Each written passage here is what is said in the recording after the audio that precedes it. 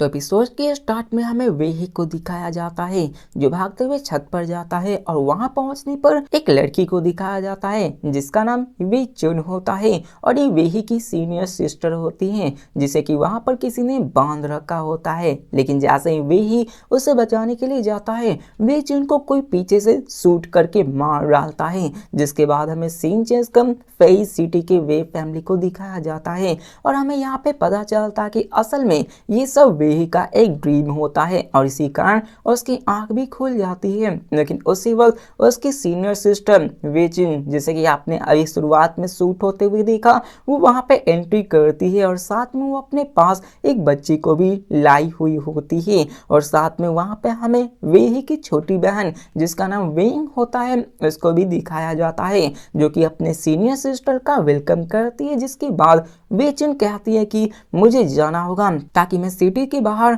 अपने पैंट को खोज सकूं, जिसे सुनकर वेही भी बोलता है कि मुझे भी जाना है, जिसकी वजह से वेचिन इसको मना तो करती है लेकिन फाइनली वो मान जाती है और अपने साथ ले जाने को तैयार हो जाती है और थोड़ी देर बाद वो अपने सफर पर निकल पड़ते हैं। लेकिन इस वजह से वेइंग घर पे अकेले हो जाती है और एक वहां पर बंदा आता है जिसका नाम बियाओ चेन होता है और उसकी नजर वेइंग पे होती है, मतलब कह सकते हो कि उसकी बुरी नजर वेइंग पे होती है। जिसके साथ हमें वेही और वेचुन को दिखाया जाता है जो कि शहर से बाहर जाने के लिए घोड़े को लेने आए होते हैं और वेचुन से वेही को पता चलता है कि अभी इस वक्त वो लोग सायोंग माउंटेन की ओर जा रहे हैं क्योंकि आखिरी दफा उनके पेरेंट्स को वहीं पे देखा गया था। जिसके साथ वो आगे बढ़ने लगते हैं और हमें उस शहर के बारे में थोड़ा सा पता चलता है कि वहां पर कोई भी रूल्स एंड रेगुलेशंस मौजूद नहीं है, वहां पर कोई भी किसी को बिना बेवजह ही मार दिया करता था। जिसके बाद वो लोग शहर से बाहर निकल जाते हैं और अपने सफर को जारी रखते हैं जहां पर वे ही उसको सपनों के बारे में पूछता है कि आखिरकार तुम्हारा सपना क्या है, आगे जाकर तुम करना क्या चाहती हो। तो वेचिन उसे बताती है कि मैं तो मास्टर जेंग का डिस्पल बनना चाहती हूँ। जिसको सुनकर वेही कहता कि मास्टर जेंग वो तो हिंसन मार्शल आर्ट स्कूल के लीडर है ना, और वो तो वॉरियर अलायंस के स्ट्रॉन्गेस्ट मास्टर भी है। तो वेचुन कहते हैं कि हाँ तुमने सही कहा। जिसके बाद उनमें और भी बातें होने लगती हैं और वो लोग अपने सफर में आगे जाना कंटिन्यू करना शुरू कर देते हैं। लेकिन उसी के साथ हमें बाई चेंग को भी दिखाया जाता है जो कि उनके पीछे ही होता है ताकि वो उन दोनों को उन जंगल के अंदर मार सके। जिसके बाद हमें साइंग माउंटेन के नीचे के फॉरेस्ट का सीन दिखाया जाता है जहां पर वो दोनों आराम कर रहे होते हैं। लेकिन तभी वेचिन को एहसास होता है कि यहाँ पर कुछ तो गलत हो रहा है और वो वहां से निकलने लगते हैं। लेकिन तभी उनके घोड़े वहां पे किसी चीज को देखकर भागने लगते हैं जिसको देखकर वेचुन वेहे का हाथ पकड़कर वहां से भागने लगते हैं और कहते हैं कि हमें भागना होगा, ये ब्लैक ल्यूनाटिक बीस्ट है और हम इनका सामना नहीं कर सकते हैं। अब वो बीस्ट वेहे और वेचुन के घोड़े को मार डालते हैं और साथ में वो उन दोनों के पीछे पड़ जाते हैं और उन दोनों पे अटैक भी कर देते हैं जिससे कि वो दोनों बड़ी मुश्किल से बच पा रहे होते हैं। और इसके साथ वो दोनों एक केव के अंदर भागने का फैसला करते हैं क्योंकि वहां पे उन्हें लगता कि वो सेफ हो जाएंगे। वेचुन अपने भाई का हाथ पकड़ के भाग रही होती जिसकी वजह से उसकी स्पीड भी स्लो डाउन हो चुकी थी। लेकिन वो ल्यूनाटिक बीस्ट उनका पीछा नहीं छोड़ता है और वो उन पर अटैक भी कर देता है। लेकिन वेचुन उससे फाइट बैक करने की कोशिश तो करती है लेकिन वो काफी ज्यादा कमजोर होती है जिसकी वजह से फिर से उसे भागना पड़ता है और भागते भागते वो एक वहां के डेड एंड पर आ जाते हैं जहां पर आगे जाने का कोई भी रास्ता नहीं होता है। जिसको देखकर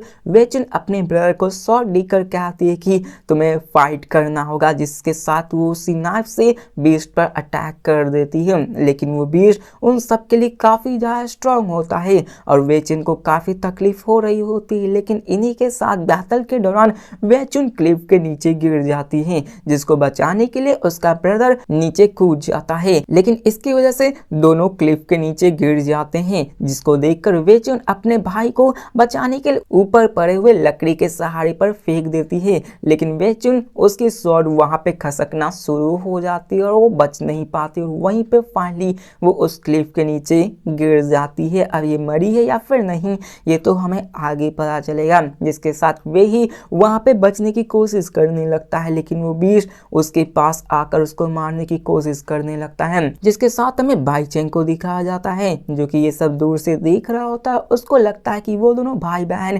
मारे गए हैं, जिसकी वजह से वो वहां से चला जाता है। लेकिन उसके थोड़ी देर बाद ही वहां पे जियांगयू सेट के डिस्पस आ जाते हैं और साथ में उनके पास होंग फोर्ट्रेस के स्पेशल फोर्सेस भी मौजूद होते हैं और वो लोग यहाँ पर किसी एक बंदे को मारने के लिए आए हुए होते हैं। लेकिन इसी के साथ वो उस बंदे को मार तो देते हैं, लेकिन वो बीस्ट उन पे भी अटैक कर देता है। लेकिन होंग सेट के जो बंदे होते हैं वो काफी ज्यादा पावरफुल होते हैं। अपने एक ही अटैक से वो उस ल्यूनाटिक बीस्ट को मार डालते हैं, जिसको देखकर वे ही भी काफी ज्यादा हैरान हो जाता है कि ये बंदे तो काफी ज्यादा पावरफुल हैं। और फिर वो लोग वहां से चले जाते हैं। जिसके बाद अपना वे ही ऊपर आता है और अपनी बहन को खोने की गम में बहुत ज्यादा रोने लगता है। वो यहाँ पे अपनी बहन की कसम खाते हुए कहता है कि मैं सबसे स्ट्रॉन्गेस्ट बनूंगा और एक दिन अपने वी फैमिली की हिफाजत भी करूंगा। लेकिन उसी वक्त हमें एक ब्लैक इंसेक्ट को दिखाया जाता है जो कि उसके बालों के अंदर आकर छिप जाता है। और ये ब्लैक इंसेक्ट क्या है इसकी मिस्ट्री हम आगे जानेंगे और इसी के साथ हमारा फर्स्ट एपिसोड खत्म होता है।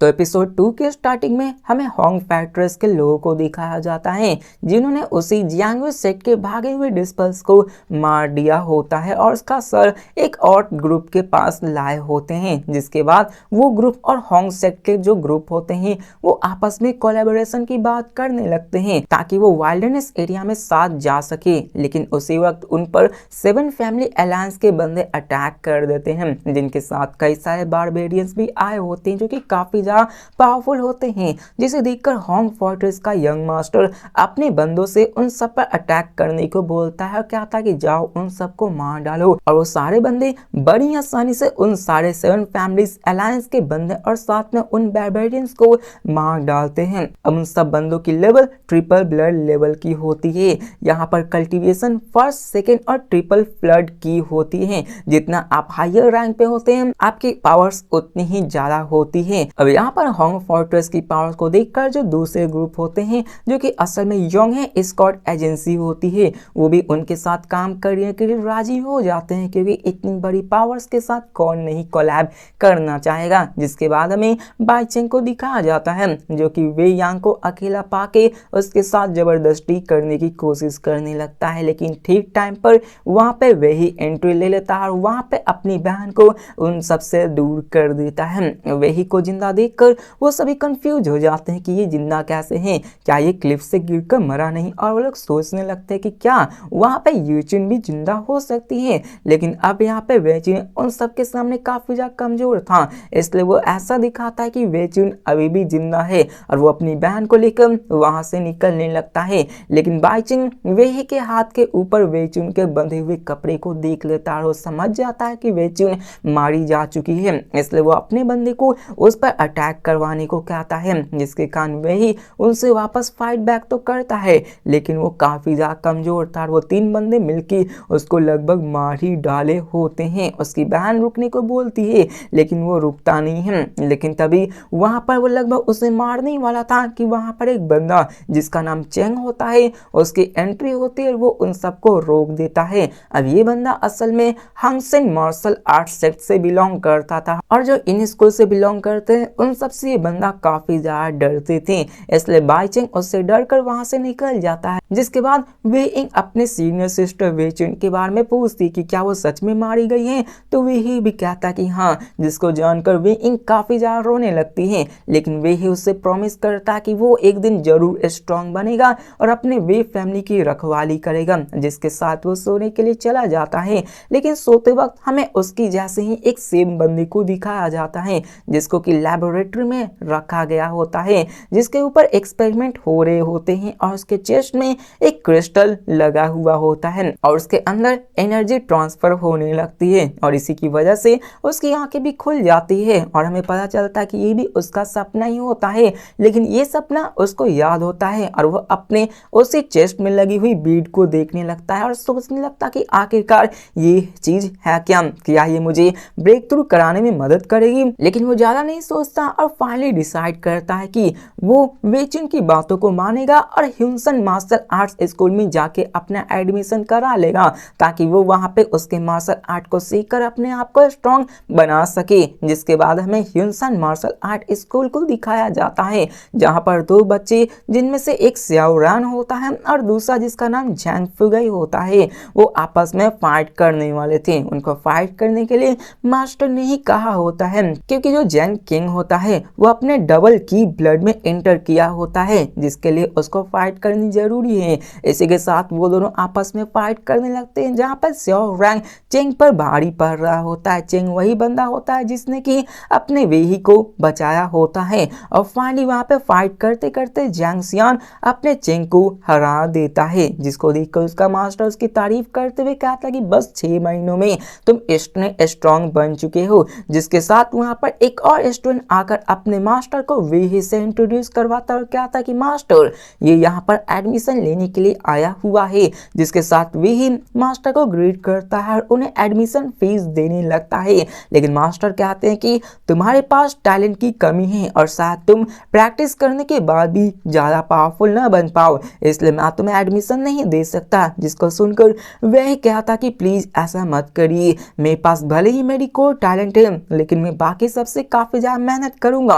और वो अपने जिद पर आ जाता है जिसे देखकर वो मास्टर भी कहता कि ठीक है जबकि तुम इतना जिद कर रहे हो तो मैं एक्सेप्शन बना के तुम्हें अपना डिस्पल बना लेता हूँ। इसको जानकर भी काफी ज्यादा खुश हो जाता और अपने मास्टर को रिस्पेक्ट पे करता। फाइनली वो ह्यूसन मार्शल आर्ट से का डिस्पल बन जाता और इसी के साथ हमारा सेकंड एपिसोड भी खत्म होता है। आपको ये सीरीज कैसे लगी आप लोग जरूर बताना। इसके 10 और एपिसोड बाकी है जिसको कि मैं एक साथ एक्सप्लेन कर दूंगा। अगर आपके कमेंट्स आए तो मिलते हैं नेक्स्ट एपिसोड में, तब तक के लिए बाय।